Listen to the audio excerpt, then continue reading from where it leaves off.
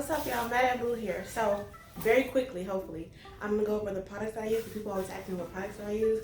I'm just gonna focus on what I use on everyday hair care because I've used a lot of products for a lot of different things. So, for like everyday hair care, silk press, wash and go, weave, crochet. I normally use recently this. Wait, can I even get it in where it needs to be? And this I started using because it was created by a black hairstylist, and I want to support my folk. So I tried that like 3 times, and I was like, okay, I can use it. So I decided to backbar, so that's why I got the gallon size. My favorite product line in the whole wide world is Design Essentials. So I kind of sort of use this, but not really, but kind of. That one I'm going to use if someone has like really thick, really dense, really kinky hair, because Design Essentials products are really rich, so it makes it the hair very manageable. This particular product back here is a very natural product, so if you don't know how to work with a product that doesn't have slip, it can be difficult. So I still use this one, but like maybe like the first or second shampoo to make it more manageable, I use Design Essentials. What I used to use for my silk presses and what I still kind of use, depending on the hair, is this by Design Essentials. Let me tell y'all, this is the best detangling shampoo ever. Like, it don't matter how kinky your hair is, you put this on, you're gonna be able to get through it. Now, it's very rich. As you can see how thick it is, it's very rich. So this product and that product by Design Essentials, and this brand, this is another brand by a black owned business. I've used this a few times. That brand, you can now just go on straight without a clarifying shampoo if you have extremely dirty hair. Okay, so those are my main products I use for everyday hair care. So that I don't make this video too long, I'm gonna do a separate videos with like the leave-in products and styling products I use. So, styling products. Not gonna lie, I ain't gonna lie. But basically, I have a leave-in conditioner that I always use. The type of leave-in conditioner I use is going to depend on the type of style that I'm doing. 9 times out of 10, I always put Olaplex in the hair. I'm gonna show y'all this. And then I'll have like a like a finishing spray or a holding spray finishing styler product. So, okay. Let me start with the leave-ins. So I got this. I'm only gonna use this if I'm doing like braids or crochets.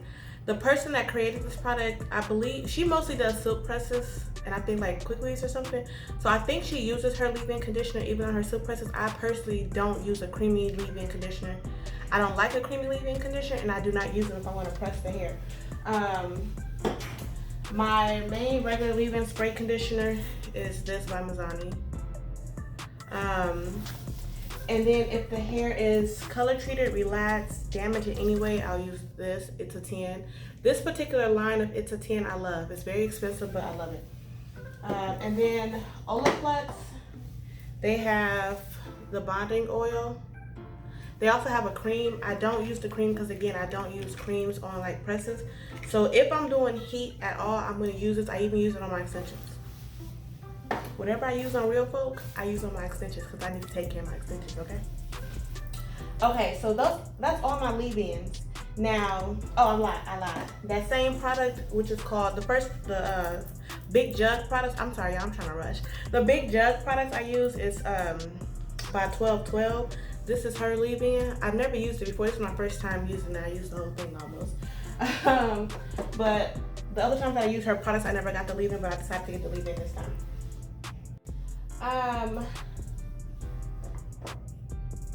I've been trying different products with different techniques, I guess, with my pressing.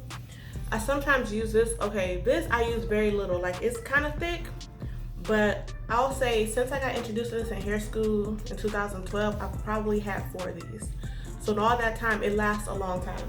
You're not going to use a lot of these products. Also, I use this heat protectant spray sometimes.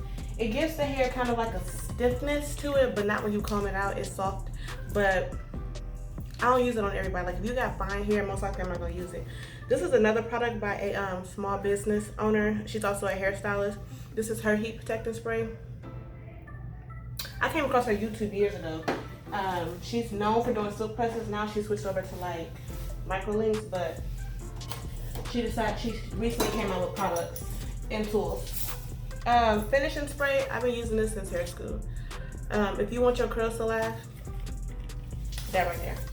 So I might use just a little bit of that on like a weave or something. Not necessarily if I'm about to do a press. Like if I'm about to do a press and you want the curls to last, I might hit you with a little mist.